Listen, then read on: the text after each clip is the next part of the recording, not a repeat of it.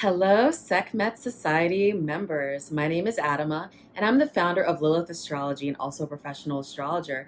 And I'm here to bring you your lunar reading. Now, every month, I'm going to be bringing to you on the new moon your energy for the month ahead in terms of the moon cycles. The moon cycles are extremely important to the rhythm of our lives, understanding each month what we will be focusing on, what we'll be driving our attention towards. And the moon really also rules the divine feminine energy in our lives, which is also going under a healing and review process. So let's get into the month ahead. So as we start off the month, we have the new moon in Cancer on July 20th. The new moon is in its home sign. So you would think that the strength of this new moon would be a lot more, it would give you easier abundance, but there is an opposition from this new moon in Cancer to Jupiter, Saturn, and Pluto, all retrograde in the sign of Capricorn. So this opposition, basically, this is a portal. This is a new moon. It is in the home sign, but you have this opposition between these major planets. So anything that you do start on this day, any intentions that you do set, you are going to have to work to see them come to fruition. Saturn calls for us to work. Saturn has been calling for all of us to look within ourselves and work and do the work within ourselves this year, obviously. But now Saturn moving back into the sign of Capricorn, it's time to re-look at these issues, these systemic issues in your life. So as a collective, we've been reviewing systemic racism and these past narratives and these past themes. But with this new moon in Cancer, for you specifically, it's where are you placing these restrictions on yourself? Where are you placing these limiting beliefs on yourself? And this new moon is calling for you to really look within and nurture yourself in order to understand and remove those limiting beliefs and put that work in necessary to build a stable and long-lasting foundation for yourself. That's really what Saturn is about. It's so interesting. Saturn is about longevity and stability. So, sometimes Saturn can be a triggering planet to many people. Same with Pluto. We've had these aligned for some time now. But the thing is there is a positive benefit to Saturn. And when you use this energy, even though it may be a slower process, it may be a slower business to build or new initiative to launch and see come to fruition, it still will have longevity. Another thing to keep in mind is that this new moon is also happening in the same sign that we had the solar eclipse on June 21st. So the moon is a trigger. The moon is actually not a planet. The moon is a luminary. And it's the moon, sun, Mars, Mercury, Venus. These are all triggers. And when they pass over a planet or they go into, they go direct or they go into a certain sign or they form a new moon, they form an eclipse, these things can form triggers to dormant energy. So this solar eclipse happened, and I think many of you, June 21st, could have been a week that you experienced some sudden changes and decisions. But a new moon now happening again in that sign is going to then trigger another layer of that story. So the solar eclipse is a 6-month story, and new moon, full moons are 2-week stories. So you're going to, all of us as a collective, experience some sort of 2-week story related to this solar eclipse. So, this new moon is not, in my opinion, in terms of astrology, I do base my manifestation, intention setting, magic practices on moon cycles. This is one that I think you could do some work in terms of building something long lasting. So if you do choose to start a new project and it's a business rooted in something in terms of therapy or spirituality, Cancer is a very empathetic sign, or in terms of taking care of others and other people.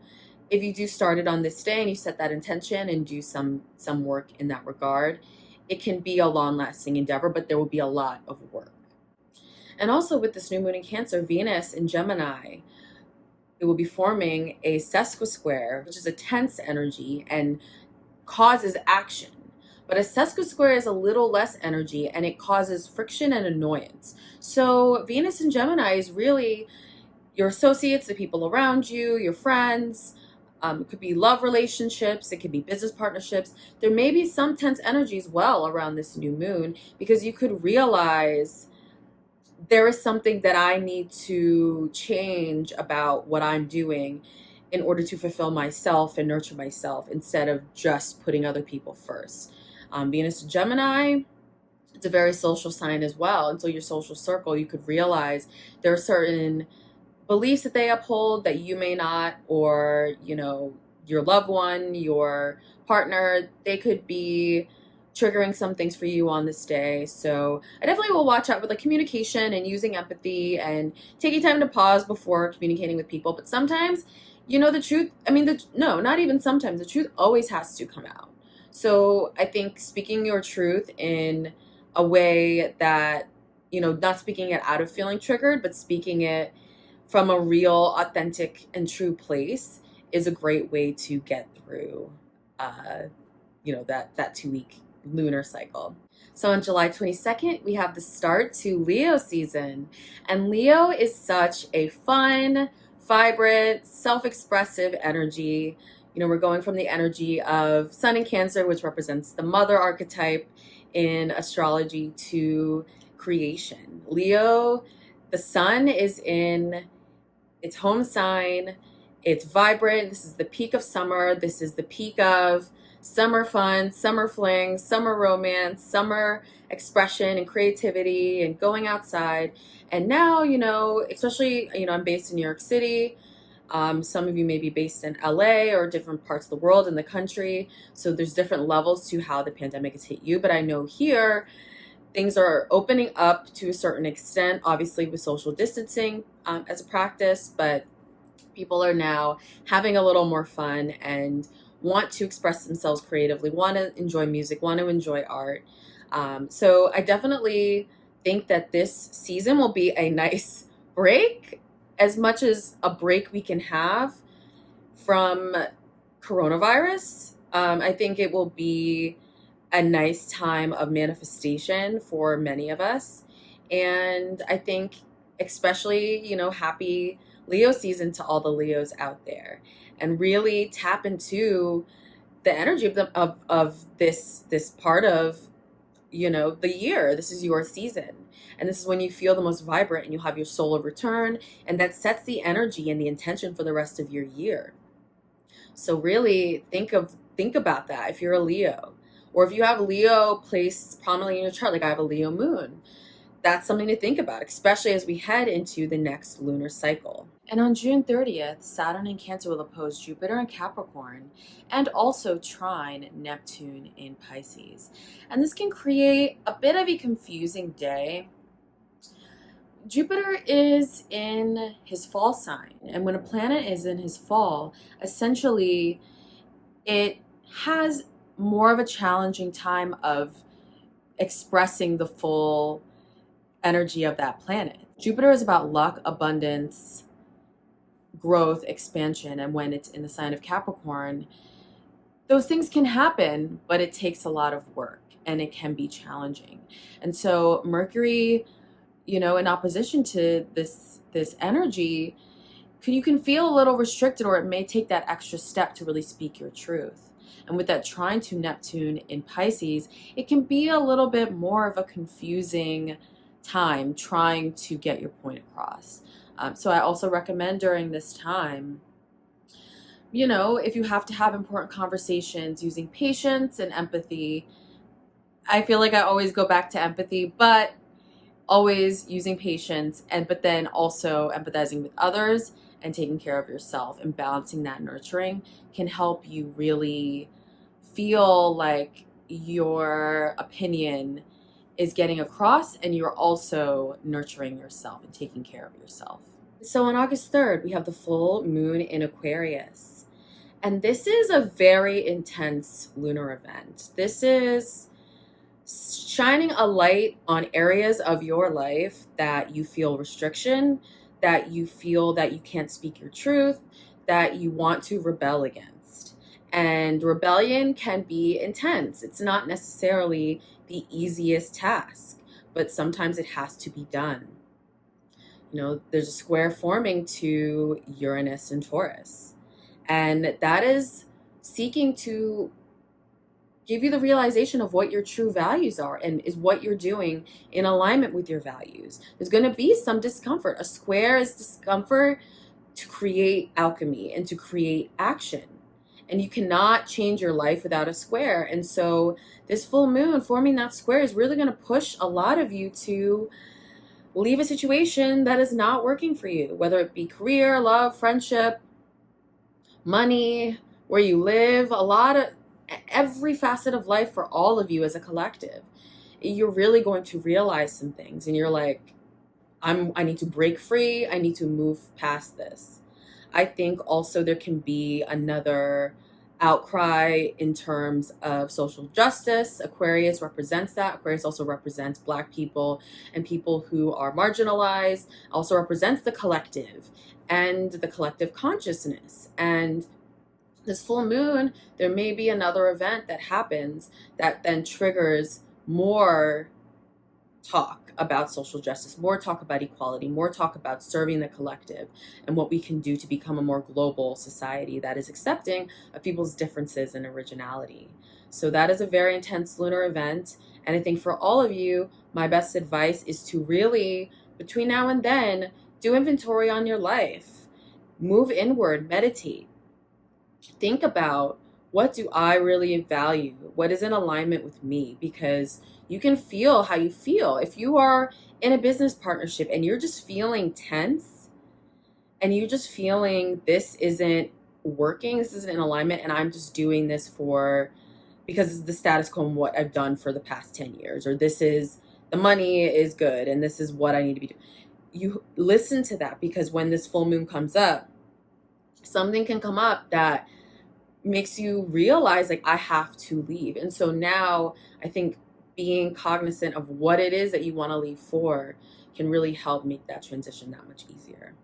So on August 4th, Mercury will enter the playful and expressive sign of Leo, where we'll join the sun and essentially help activate even more that Leo energy that I just spoke about earlier.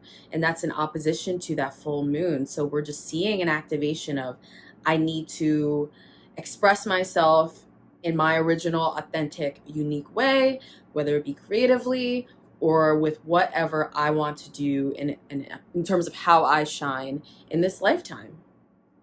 And then on August 15th, Uranus, which was squaring that full moon, is going to retrograde in the sign of Taurus. So it's a time of reevaluation of our values. It's a time of, after learning this past 6 months, after going through COVID and going through changes and going through shifts and going through all of these things, how are my values and is my life aligned? And with Uranus retrograde, Uranus has really been asking the collective to review and look at what your values are. And Saturn in Aquarius, when we've had this peek into Saturn in Aquarius from March with social distancing coming about and going through the pandemic, which is not over, but now we have Saturn going back into the sign of Capricorn. But Saturn, when it was in Aquarius, was really asking people to isolate and really look inward. And that's what retrograde planets do, is they, through challenge, through review, through obstacle, through feeling that challenge and that struggle and that pain and that longing, then puts you into action and then can outwardly express that planet's energy. So with Uranus retrograde, Uranus is now making all of us, or wanting all of us, to turn inward and reflect and think and meditate and relook and revisit and take a look at our lives. Are we in alignment? Taurus also is about abundance. If you think about it, Taurus is ruled by the planet Venus. And Venus is all about fun and romance and playfulness and expression and abundance. And Uranus has been chugging along and has been asking us, what's up? Is what you're doing sustainable? Is what you're doing bringing abundance into your life? And not just money, but abundance in love, abundance in beauty, abundance in the enjoyment of nature. Is that something that is in your life? And also the universe has slowed down the rat race. I mean, for the most part, people are still generally home. There's socializing happening, but it's more muted. And it's very interesting that now socializing is happening again. Saturn has moved back into Capricorn. And that actually happened July 1st. Saturn moved back into Capricorn. And now we're having this portal of, okay, let's let them have some light socializing. What will they do with those lessons that Saturn taught us before? What will they do with that? So now that Uranus has now joined the retrograde party, because we've had Mercury, went direct on July 12th.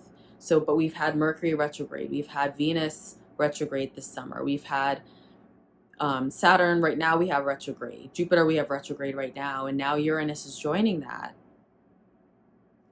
So it's time to relook, so that when fall rolls around, and which is when many of these planets will start to go direct, and we will see Saturn go into Aquarius, back into Aquarius in December, and that retrograde period over in September. So when we get back to the lessons that we've learned in quarantine, when we get back to those lessons, did we use this time to really change and to put together a plan?